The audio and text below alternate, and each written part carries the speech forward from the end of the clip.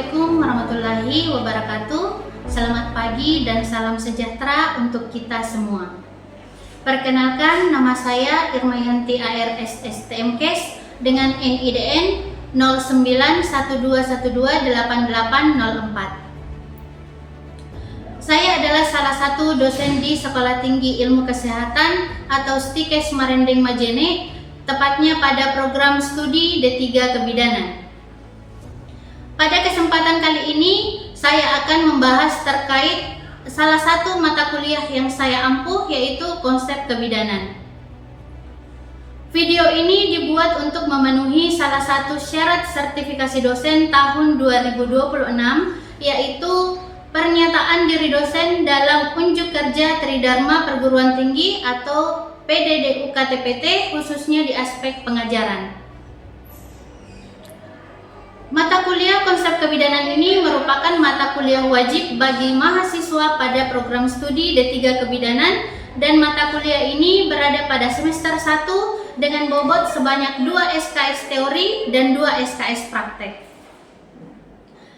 Adapun deskripsi mata kuliah pada konsep kebidanan ini adalah landasan utama dalam pendidikan bidan yang mempelajari tentang dasar filosofi, definisi, dan ruang lingkup keilmuan kebidanan. Mata kuliah ini membekali mahasiswa dengan pemahaman mengenai sejarah perkembangan dan pelayanan bidan, paradigma asuhan kebidanan, teori dan model konsep, serta peran fungsi bidan dalam sistem pelayanan kesehatan. Adapun capaian pembelajaran dari mata kuliah ini adalah: yang pertama, mahasiswa mampu menjelaskan filosofi dan definisi bidan.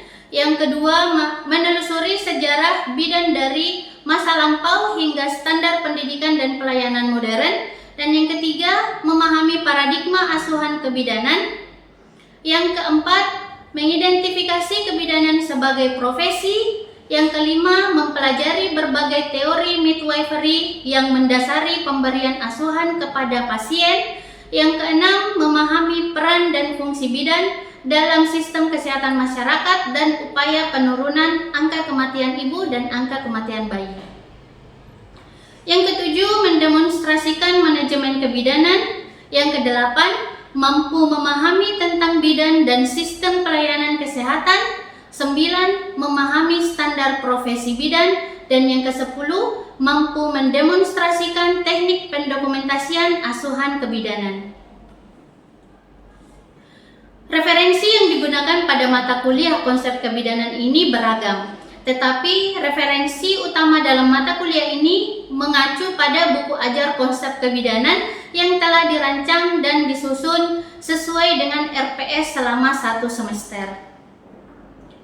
Materi ajar pada mata kuliah konsep kebidanan terdiri dari beberapa subbahasan dengan 14 kali pertemuan, ditambah dengan ujian tengah semester dan ujian akhir semester.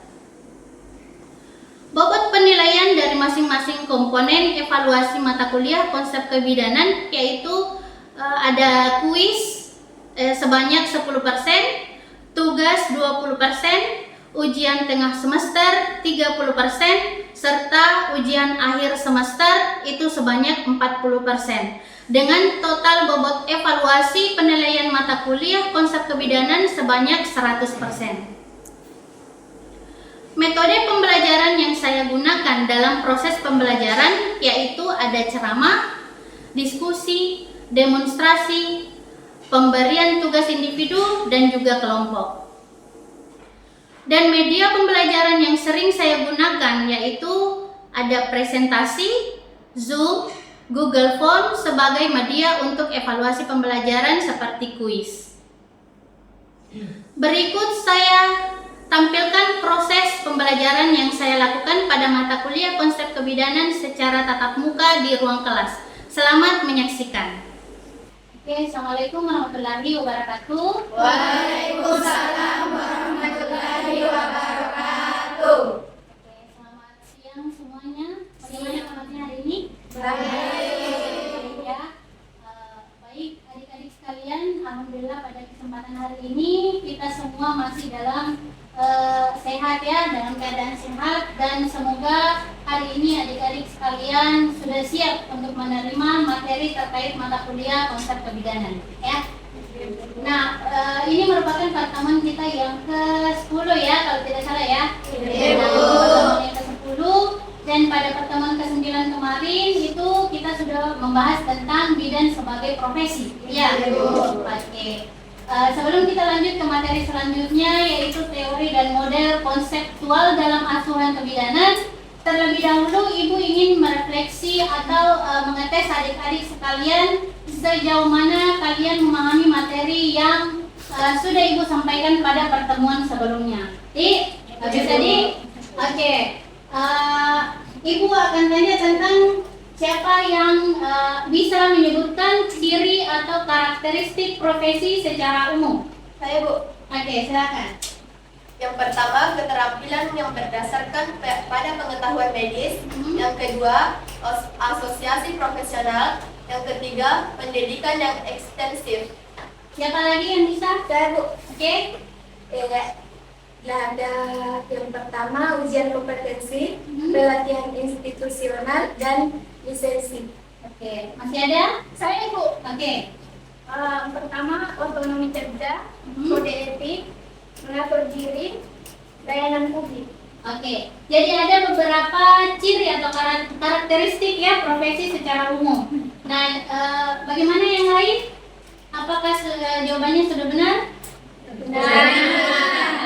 Oke, kalau sudah benar kita akan bahas satu-satu tentang ciri karakteristik dalam profesi secara umum ya. Yang pertama tadi yang kalian bahas tentang keterampilan berdasarkan pada pengetahuan medis ya, yang dimana ini merupakan kemampuan yang harus dimiliki oleh seorang bidan ya untuk memberikan asuhan kepada pasien secara aman dan bertanggung jawab. Jadi seorang bidan harus menguasai teknik keterampilan dasar dari kebidanan itu sendiri.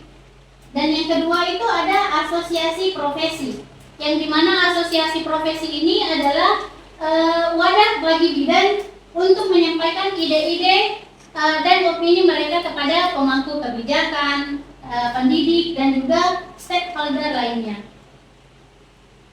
Kemudian ada pendidikan yang ekstensif, yang dimana jadi bidan itu harus terus meningkatkan pengetahuan dan keterampilan melalui pendidikan berkelanjutan. Jadi bukan cuma D3 ini saja, tetapi kalian bisa melanjutkan apakah itu D4, S2, atau bahkan dia bisa menjadi doktor ya. Kemudian ujian kompetensi. Nah, di sini seorang bidan itu harus mengikuti yang namanya UKOM. Jadi kalian nanti itu akan mengikuti ujian kompetensi, yang dimana ujian ini itu bisa mengukur pengetahuan kalian sampai di mana, keterampilannya sampai di mana, ya, dan kemampuan seorang bidan atau calon bidan untuk bekerja di instansi kesehatan. Jadi kalian harus punya skill yang lebih dari seorang bidan profesional. Jadi, kemudian ada pelatihan institusional, yang dimana untuk pelatihan ini merupakan suatu program yang dirancang untuk membekali bidan yang berpengalaman dengan keterampilan. Kemudian lisensi. Nah, lisensi seorang bidan adalah memiliki SIPB. Apa itu SIPB? Surat izin praktek bidan. Nah, surat izin praktek bidan yang merupakan bukti tertulis dari pemerintah daerah untuk menjalankan praktek kebidanan. Kemudian ada otonomi kerja dan kode etik, yang dimana untuk kode etik ini bidan harus memahami. Kode etik seorang bidan adalah norma yang mengatur perilaku seorang bidan ya. Kemudian ada mengatur diri dan juga layanan publik, yang dimana untuk layanan publik itu sendiri bidan harus memiliki SIPB di fasilitas pelayanan kesehatan. Karena kalau kalian tidak memiliki SIPB ini, kalian tidak akan bisa mendirikan BPM-nya sendiri. Jadi, oke, baik, sekarang kita lanjutkan untuk materi selanjutnya ya. Di pertemuan ke-10 yaitu ada teori dan model konseptual. Untuk di teori itu kita akan jelaskan yang dimana suatu penjelasan berdasarkan pikiran, hasil observasi dan juga alasan atau sebab terutama yang telah dibuktikan dan diperkuat dengan suatu prinsip umum, ya, dan dalam penjelasan sejumlah fakta yang berkaitan, suatu cara dalam memahami realita atau fenomena. Kemudian untuk mengatur suatu perangkat prinsip yang saling terkait untuk menjelaskan beberapa aspek, itu ada juga teori yang dimana penting dalam memberikan penjelasan dalam suatu kejadian atau tindakan. Konsep itu sendiri adalah abstrak tentang objek dari kejadian atau event yang digunakan oleh peneliti untuk menggambarkan fenomena sosial yang menarik perhatian. Sedangkan model itu contoh atau peraga untuk menggambarkan sesuatu. Kemudian model kebidanan itu adalah suatu bentuk pedoman atau acuan yang merupakan kerangka kerja seorang bidan, ya, dalam memberikan asuhan kebidanan. Dan juga untuk konseptual kebidanan itu menunjukkan ide global tentang individu, kelompok, situasi, ya, dan kejadian yang menarik untuk suatu ilmu. Konseptual kebidanan ini biasanya berkembang dari wawasan, ya. Kemudian untuk dasar pemikiran fokus dan tujuan dalam teori kebidanan itu ada 5 teori, ya. Yang pertama ada teori Reva-Rubin, dan yang kedua ada teori yang ketiga ada teori keempat ada teori dan yang kelima ada teori Oke, kita akan bahas satu-satu tentang dasar pemikiran atau teori di dalam konsep kebidanan.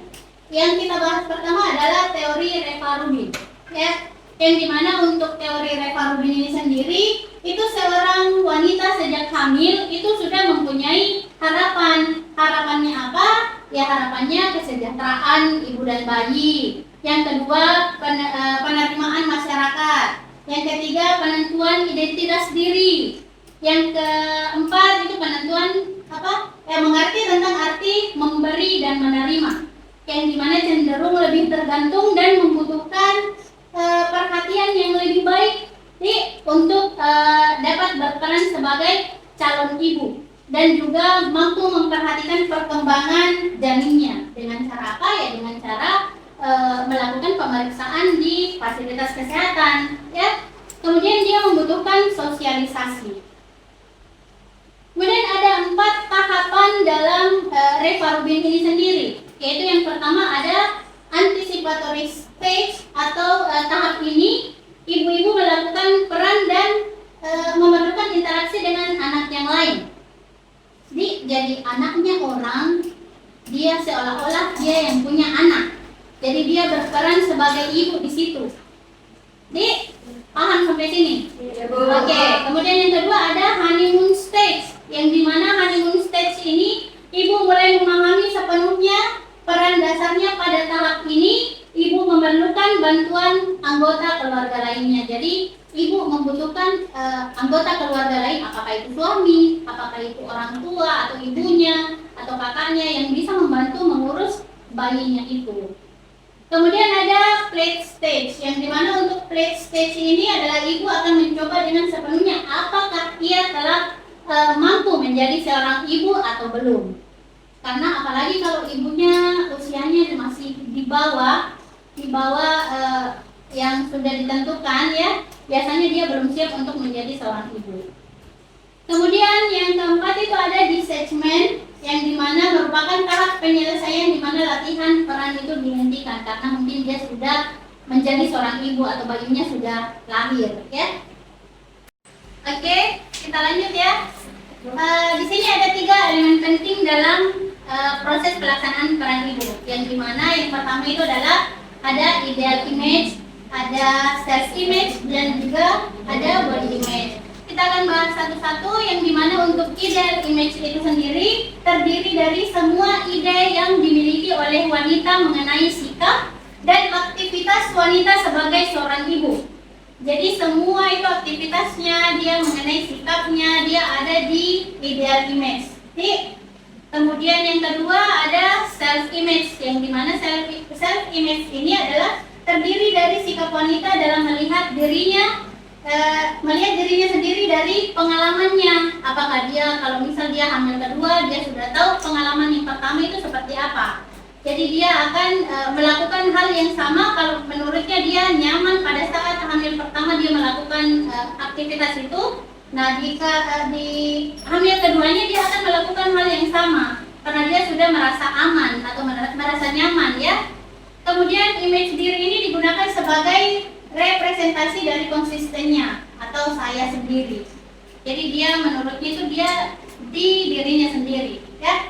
Kemudian ada body image, yang dimana untuk body image ini berhubungan dengan perubahan tubuh selama kehamilan dan perubahan nyata dari arti proses kehamilan itu, yang dimana maksudnya di sini dari awal perutnya datar menjadi besar, payudaranya kecil menjadi besar karena mungkin dia sudah terisi oleh ASI, ya, atau apakah berat badannya bertambah. Nah, ini semua ada perubahan pada body image ini. Jadi dari awalnya langsing, setelahnya dia sudah hamil, apakah dia hamil 5 bulan, 6 bulan sampai dia sudah bulannya, itu postur tubuhnya akan berubah, ya. Jadi di sini ada body image. Kemudian ada proses pelaksanaan peran seorang ibu. Nah, untuk proses pelaksanaan peran seorang ibu di sini ada 5 proses pelaksanaan, yang dimana ibunya itu melaksanakan mimicry, yang dimana mimicry itu adalah melakukan peniruan, ya, role play, mencoba bermain peran, ada fantasi atau menghayal, ada introjection, projection atau pengolahan pesan, dan juga yang terakhir ada brief work atau evaluasi. Nah, ini modelnya, ya. Ini modelnya yang peran seorang ibu tadi, yang ada mimicry-nya, ada role play-nya, ada fantasi, ada introjection, projection, dan rejection, dan reward. Nah, peran ibu di sini adalah identitas diri, di mana terdiri dari 3 ini tadi, ya. Ada ideal image, ada self image, dan ada body image. Oke, kita jelaskan satu-satu tentang mimicry ini, ya. Untuk mimicry atau peniruan ini, itu wanita meniru perilaku wanita lain. Jadi biasanya ibu-ibu itu bertanya, ibu waktu tak hamil pertama bagaimana? Ya, saya itu waktu hamil pertama Kak makan tak sedikit tapi sering. Jadi ibu ini melakukan hal yang sama dengan apa yang ibu ini lakukan. Ibu yang dia tanya, ibu B, ya. Kalau ibu A sedang hamil pertama, dia akan bertanya ke ibu B yang sudah hamil kedua bagaimana dia menangani waktu dia kehamilannya pertama, ya. Kemudian dengan melihat, mendengar, dan merasakan pengalaman menjadi seorang ibu. Kemudian yang kedua ada role play, yang mencoba bermain peran. Nah, di sini menciptakan kondisi di mana di masa yang akan datang secara sengaja, misalnya berlatih merawat bayi. Dia berlatih merawat bayi, apakah boneka atau apakah dia punya ponakan, ya. Nah, dia di situ dia berperan sebagai seorang ibu. Dia bermain bahwa dia sudah menjadi seorang ibu walaupun dia sementara hamil, ya. Tapi dia berperan untuk mencoba bermain peran untuk melakukan menjadi seorang ibu. Kemudian menjadi babysitter untuk anak temannya, mencoba menyuapi anak kecil. Jadi semua hal-hal yang untuk merawat bayi atau merawat anak itu dia lakukan di role play ini, ya. Kemudian ada fantasi atau menghayal. Itu wanita menghayal dirinya di masa yang akan datang, misalnya akan seperti apa proses persalinannya nanti. Apakah dia normal, apakah dia SC, atau apakah dia ada komplikasi yang terjadi pada saat dia bersalin, ya. Kemudian baju apa yang akan dikenakan bayinya nanti dan sebagainya. Jadi dia akan memikirkan di fantasi ini, menghayal, ya. Kemudian ada introjection, projection, dan rejection-nya atau pengolahan pesan, yang dimana wanita mencoba mengolah pesan dan membandingkan gambaran ideal tentang seorang dengan keadaan dirinya sendiri. Ya, dalam fase ini dapat terjadi proses penerimaan dan penolakan. Jadi dia bisa menerima, dia bisa menjadi seorang ibu, atau bahkan dia tidak mau kalau bayinya lahir. Ya. Kemudian yang terakhir itu ada before atau evaluasi, yang dimana wanita tersebut harus mengevaluasi hasil tindakannya di masa lalu dan menghilangkan tindakan yang dianggap sudah tidak tepat lagi. Jadi di pengalamannya itu pada saat dia hamil pertama, dia melakukan hal makan banyak, dia mendapat keluhan atau mahnya kambuh atau apa segala macam, jadi dia menghentikan tindakan itu, ya. Kemudian yang kedua ada teori Jinbal. Ya, teori Jinbal ini dikatakan juga adalah teori kursi goyang. Karena apa? Karena dia keseimbangan emosional ibunya. Itu tujuannya memungkinkan seorang wanita sukses menjadi seorang ibu sehingga dia mampu melaksanakan tugasnya baik fisik, psikologis maupun emosionalnya. Jadi dia bisa dia bisa menjaga keseimbangan emosionalnya sebagai seorang ibu. Nah, modelnya seperti ini. Dia seperti kursi goyang, ya, karena yang menjadi dasarnya itu adalah kesejahteraan ibunya. Kemudian dukungan keluarga, teman dan sebaya. Dan juga ada kepribadian ibu, pengalaman masa lalu, dan juga krisis hidup dan sebagainya. Jadi dia modelnya seperti ini. Jadi layanan maternitas semua kelompok profesional itu ada di sini. Ya. Kemudian bila semua faktor tersebut itu positif, derajat keadaan emosi ibunya itu bisa baik. Ya. Kemudian jika semua faktor negatif, emosi ibunya bisa meluap atau bisa buruk. Jadi setiap faktor saling berintegrasi satu dengan yang lainnya. Kemudian jika kekurangan satu faktor diimbangi dengan kelebihan faktor yang lain, maka keadaan emosi ibu juga akan baik. Kemudian teori Ramona T. Mercer itu pokok pembahasan dalam teori Mercer itu yang pertama adalah efek stres antepartum, yang kedua pencapaian peran ibu, yang dimana tujuannya itu memberikan dukungan selama hamil, ya, untuk mengurangi lemahnya efek lingkungan dan dukungan sosial serta kurangnya kepercayaan diri bagi ibu.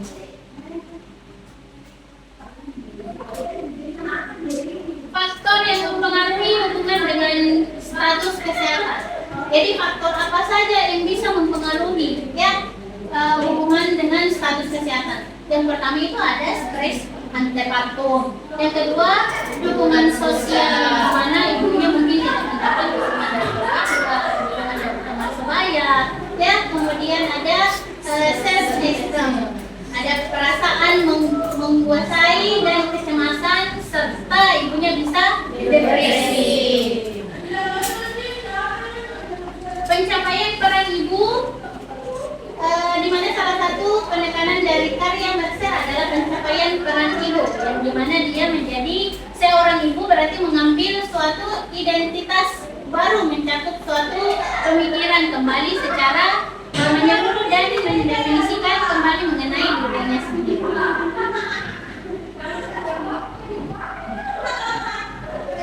Kemudian wanita dalam mencapai peran ibu dipengaruhi oleh faktor-faktor. Yang pertama adalah faktor ibu, ya, yang dimana untuk faktor ibu itu ada usia, ya, usia ibu pada waktu melahirkan dia berapa tahun, ya.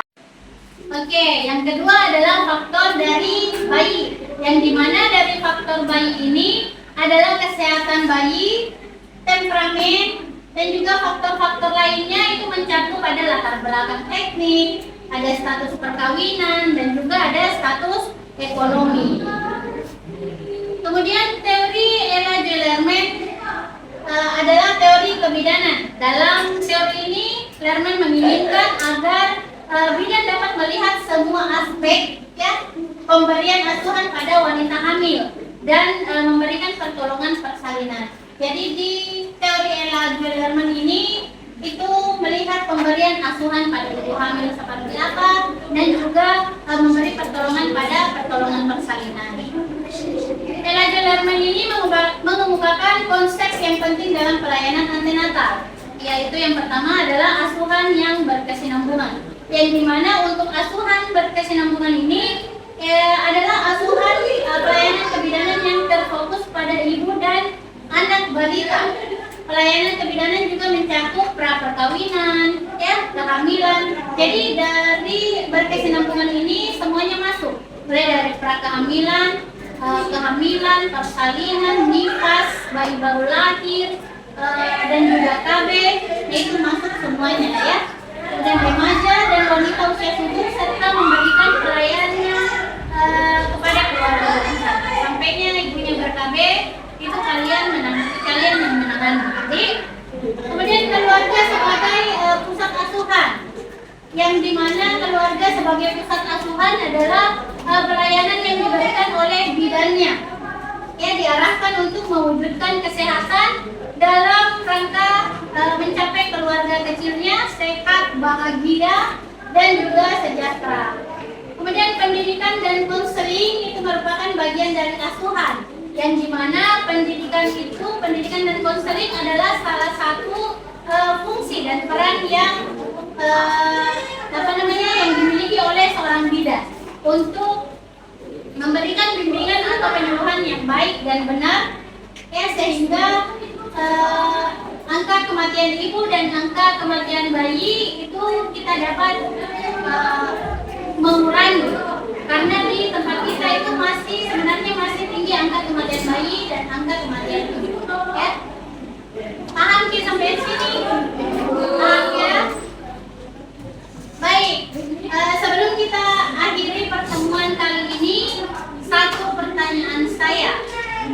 Bisa ya? Masih ingat tak? Satu pertanyaan saya, sebutkan 3 elemen penting dalam proses pelaksanaan peran seorang ibu. Siapa yang bisa menjawab? Oke. Yang pertama ada identitas, kedua self-image, dan ketiga body image. Oke, jadi dalam elemen penting dalam proses pelaksanaan peran ibu itu ada 3 ya. Ada 3, yaitu ideal image, self-image, dan body image. Oke, body image. Oke, mungkin cukup untuk hari ini ya. Terima kasih atas perhatiannya, dan insya Allah pertemuan berikutnya kita akan bertemu lagi ya, dengan pokok bahasan yang baru. Tetap semangat dan belajar baik.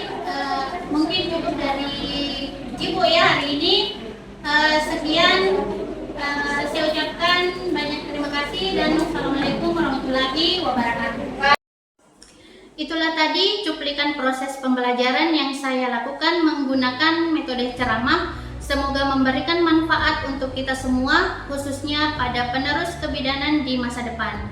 Saya juga mohon maaf yang sebesar-besarnya apabila ada tutur kata maupun tindakan yang kurang berkenan. Pesan saya sebagai seorang dosen, ilmu yang kamu miliki akan terus berkembang, namun etika dan ketulusan hati tetap menjadi pegangan utama. Jangan pernah lelah untuk terus belajar demi menyelamatkan generasi penerus bangsa yang lebih sehat. Saya atas nama Irmayanti ARS SCMKes undur diri dan terima kasih atas perhatiannya. Wassalamualaikum warahmatullahi wabarakatuh.